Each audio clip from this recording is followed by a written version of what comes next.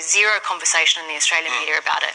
We need to start paying more attention to the unlawful occupation happening right on our doorstep. Isn't part of the problem there that it's virtually impossible to actually get into West Papua, even without COVID? That's right. Indonesia is refusing to allow international media, refusing to allow visits from the UN, despite Australia and more than half of the UN's member states calling upon Indonesia to allow access, because we need to see what's actually happening. We're getting reports of displacement of civilians, killing of children, disproportionate targeting of civilians, calling civilians, Indigenous West Papuans, terrorists and targeting them.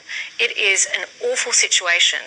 And Australia needs to start playing a more prominent role. We have to stop providing military aid to Indonesia. We have to stop being complicit in these abuses. Dave Sharma, is that a sensible suggestion? Look, I think there's an understandable but I think unrealistic belief in Australia sometimes that if we ordain something, so it will be. That if we just do something, countries will react and they'll do what we ask them to do.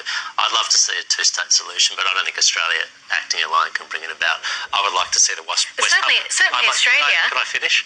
I'd like to see the West Papuans people's rights and autonomy respected, but whether we demand Indonesia do this, whether we threaten to cut off military ties or not, I don't think that would have any impact whatsoever. So what can we practically do to What can we practically do? We can actually stop voting against measures at the international community to support Palestine. Exactly. We can stop Australia. West Papua. Well, we can also talk about that too. Australia can stop arming the Indonesian military and supporting the Indonesian state. Australia has an obligation under international law to not support and to take actions to give effect to people's right to self-determination. That requires standing up for the West Papuan people, and it requires standing up for the Palestinians. And can I just say,